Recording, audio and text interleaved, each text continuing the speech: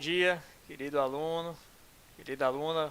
Bom dia, boa tarde, boa noite. Não sei que horário vocês estão assistindo. E hoje nós vamos começar a nossa aula sobre Roma, né? Vamos falar sobre a Roma antiga, não somente a parte do Império Romano, mas vamos ver as três fases da história romana, desde a monarquia, desde a sua formação, passando pela República e finalizando com o período do Império Romano.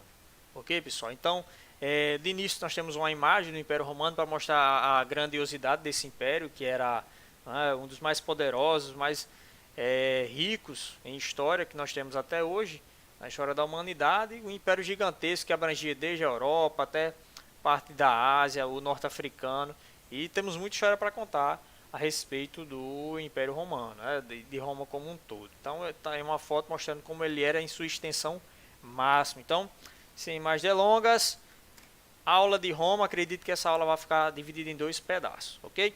Características gerais aí que vocês vão observar de Roma, né, do início. Observe, onde hoje é a Itália, foi o local onde surgiu o Império Romano, né? De uma pequena cidade, a Roma, que até hoje é a capital da Itália, vai surgir esse império gigantesco que nós observamos na imagem anterior, né?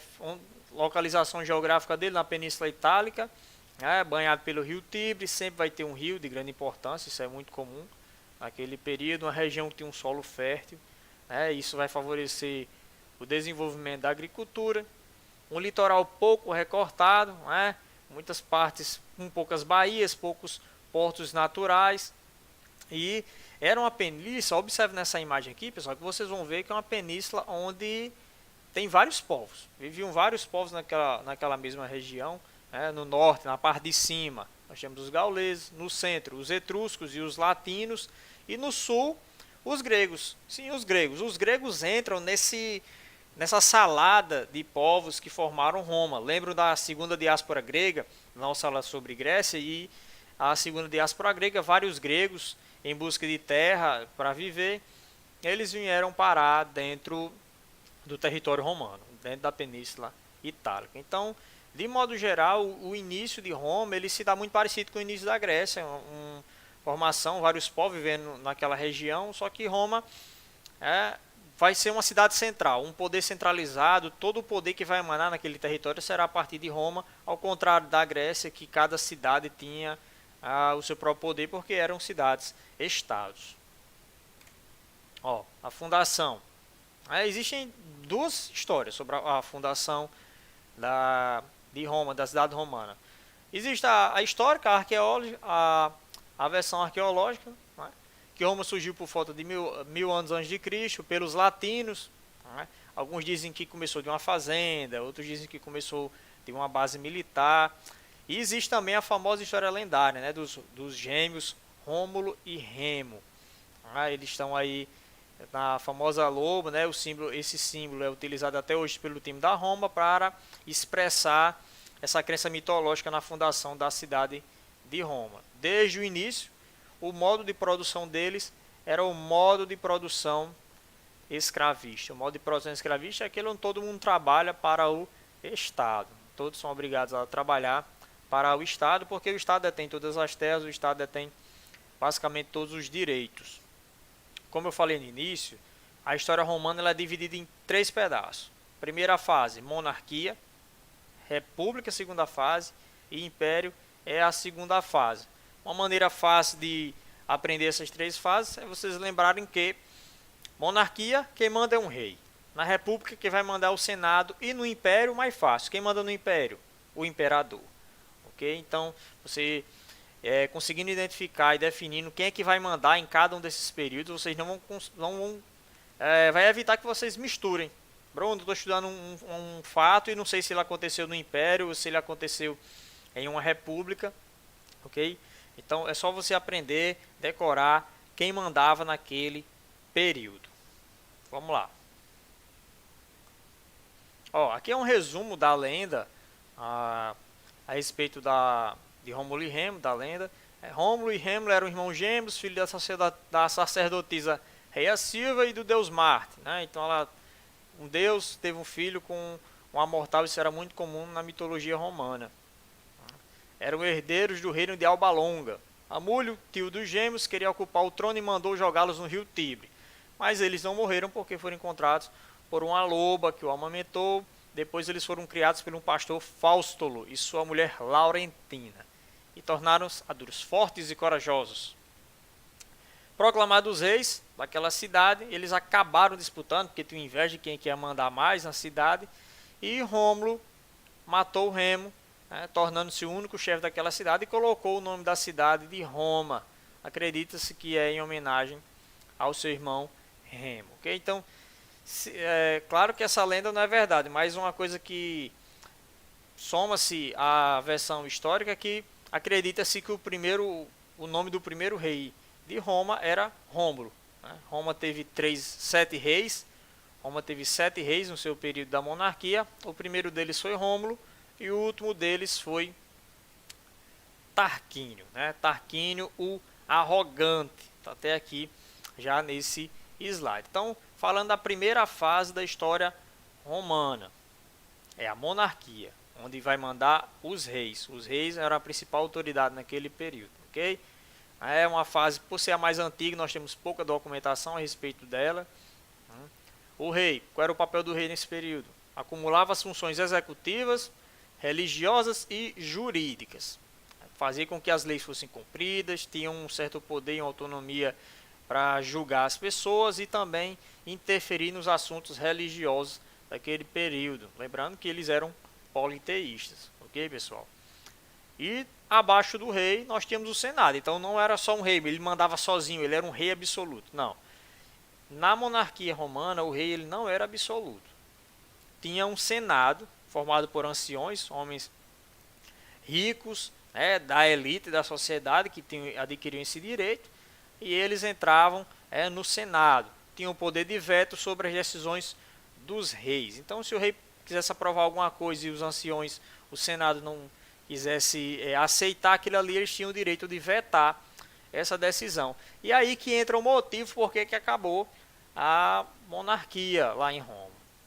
Porque o último rei, Tarquínio, ele era um cara, digamos que arrogante, por isso que ele era conhecido dessa maneira, como Tarquínio arrogante ou Tarquínio o soberbo, porque ele era muito autoritário, muito déspota, ele não respeitava as opiniões que partiam do Senado. E dessa maneira o Senado ficou com tanta raiva dele que deu um golpe. Deram um golpe em Tarquínio e ele foi deposto pelo Senado, e a partir daquele momento o Senado fez uma jura de que jamais iria aceitar que o poder de Roma estaria nas mãos de um único homem. E é aí que surge a segunda fase da história romana. Sai a monarquia e entra-se o Senado. O rei é deposto e fica os senadores. Quando os senadores vão tomar conta de Roma, entra-se a República Romana, a famosa República Romana, que é o início, os primeiros passos para que Roma se tornasse esse gigantesco império que foi, começou já no seu período da República.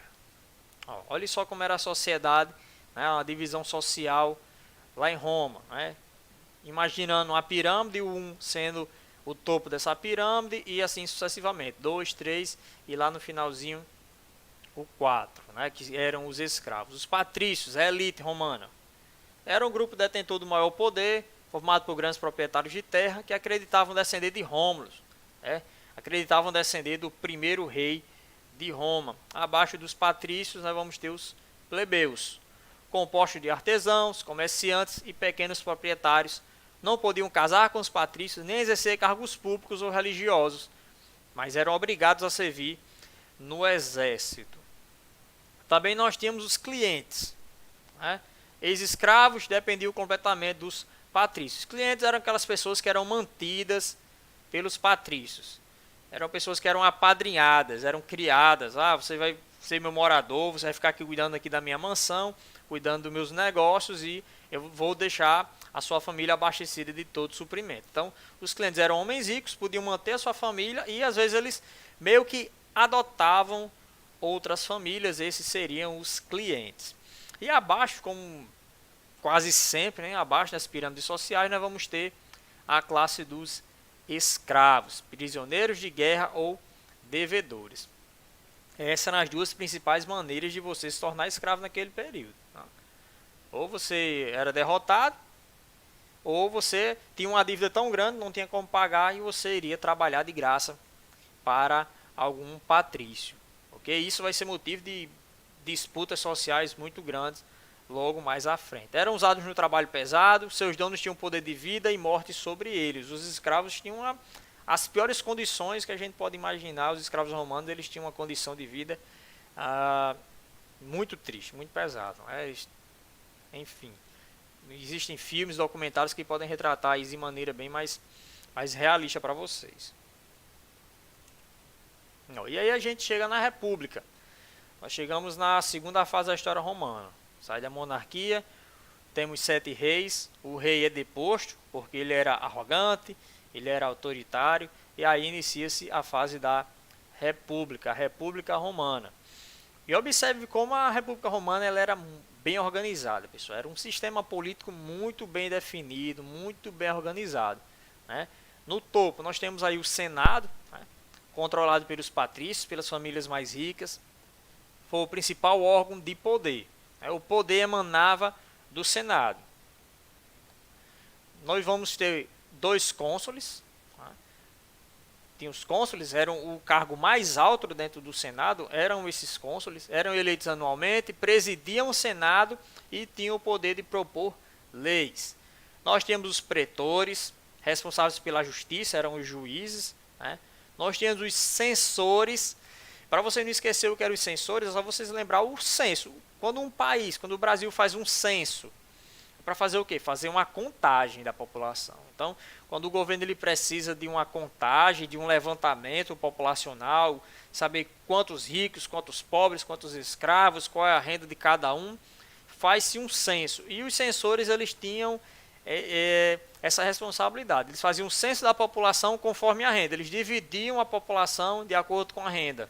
Esses aqui temos 15% de ricos, 40% de mais ou menos, o resto tudo lascado, tudo pobre, ok? E a partir daí eles montavam um álbum senatorial. Para que servia o álbum senatorial? O Senado geralmente ele era composto por homens mais velhos,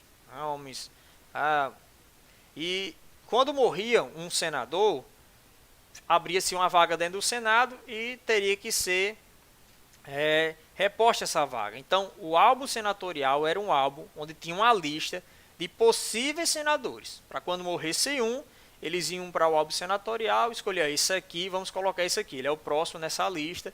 Então, ele vai se tornar agora um senador, porque um dos senadores faleceu. Então, era uma lista de pessoas que poderiam subir e ter um cargo dentro do Senado.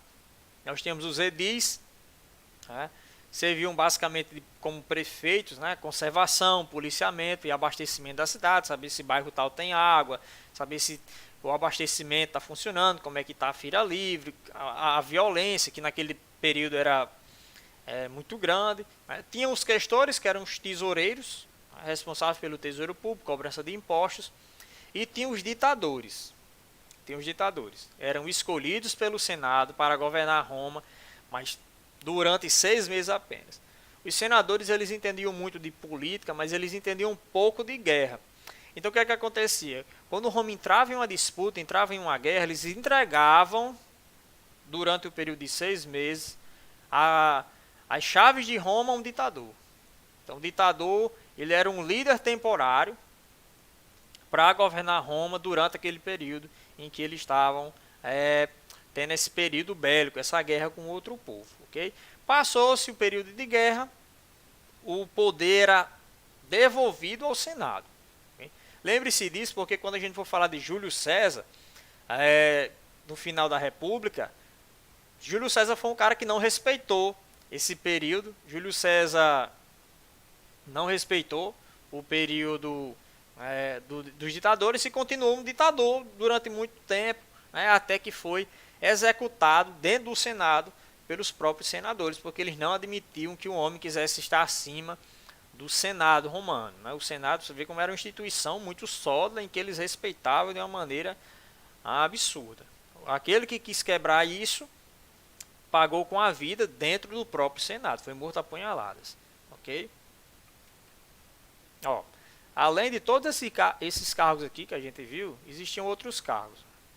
A Assembleia Centurial, né, eram as assembleias populares, de tribos, né, votavam projetos e elegiam também os cônsules, que eram as assembleias populares.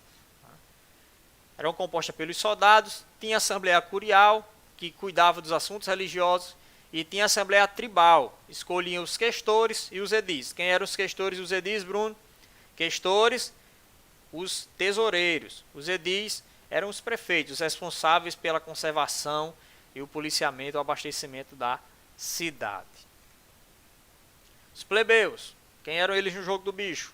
Não tinham direitos, eram obrigados a ir para o exército, né, e exposto à escravidão por dívida. Então você podia nascer livre, homem livre, sem ser escravo, mas você estava devendo tanto, para pagar essa dívida você poderia se tornar um escravo. Isso era muito comum naquele período, muito comum mesmo, ok? Vendo essas diferenças sociais, pessoal, é agora que vai começar uma onda em Roma de conflitos sociais. Os plebeus eles vão começar a protestar contra essa diferença. Os patrícios estão lá em cima, com vários privilégios, várias bonanças, e aí você tem os plebeus que são livres, mas a qualquer momento eles podem se tornar escravos, né? Não têm direitos políticos, mas são obrigados a dar a vida durante uma batalha. E isso vai gerar muitas revoltas. Os plebeus não podiam nem se casar com os patrícios, não podia ter nenhuma relação, né? O plebeu, o patrício e vice-versa. E houve várias revoltas. A mais famosa dela foi a que aconteceu em 494 a.C., a revolta do Monte Sagrado, quando todos os plebeus cruzaram os braços. Resolveram não trabalhar e foram para o Monte Sagrado fazer um protesto. E aí os patrícios perceberam, olha, se a gente não tiver a mão de obra plebeia, quem é que vai trabalhar? Eu não vou trabalhar. Eu não vou sair do meu castelo, não vou sair do meu luxo. Né? Castelo foi um exagero, mas não vou sair do meu luxo, né? Da minha mansão e vou ter que fazer espada, vou fazer pão, vou fazer roupa. Não, eles perceberam que sem os plebeus ficaria muito difícil manter a autonomia de Roma. Ok, pessoal? E aí teve essa revolta, e a partir dessas revoltas que os plebeus agora vão adquirir vários direitos. Eles vão adquirir vários direitos, várias conquistas. Aí tem as principais conquistas dos plebeus. Ok? Eles vão agora ter um representante, né, dentro do Senado, já que antes era todo mundo patrício, agora eles vão ter um representante. Eram os tribunos da plebe. Eles tinham imunidade, né? Ninguém podia ofendê-los, ninguém podia expulsá-los, e tinham direito sobre veto, ou seja, não aceitar o que o Senado determinava. Vai ter a inscrição das leis, né? As primeiras leis escritas de Roma, as leis das 12 tábuas, foram colocadas lá no Senado, as leis escritas para ninguém mentir a respeito delas. As leis licínias, né? O cônsul agora pode ser um plebeu e não mais só um patrício. Né? E tudo que Roma conquistar também vai ser dividido com os plebeus. Conquistou um grande território, grandes riquezas, derrotando um povo, vamos partilhar nossas conquistas também com toda a sociedade, não só com os patrícios. Tem a lei da Canuleia, né? A lei mais romântica, né? Permissão para casamentos mistos. Agora patrícios e plebeus podem se casar. Okay? E outra coisa, as diferenças sociais passam a ser financeiras, né? E militares em detrimento do nascimento. Agora, o que define que classe você será não é mais onde você nasce. Então, você pode nascer um patrício, mas você faliu, não prosperou o seu comércio, e você agora está lá embaixo na classe. Então, a divisão social agora vai ser de acordo com a sua renda. Então, você pode ser um plebeu rico, e aí você vai estar lá no topo, ok? E uma das maiores conquistas para os plebeus desse período, em 326 a.C., nós vamos ter o fim da escravidão por dívidas, ok? Essa é a primeira parte da nossa aula sobre Roma. Depois nós vamos continuar com a aula 2. Forte abraço!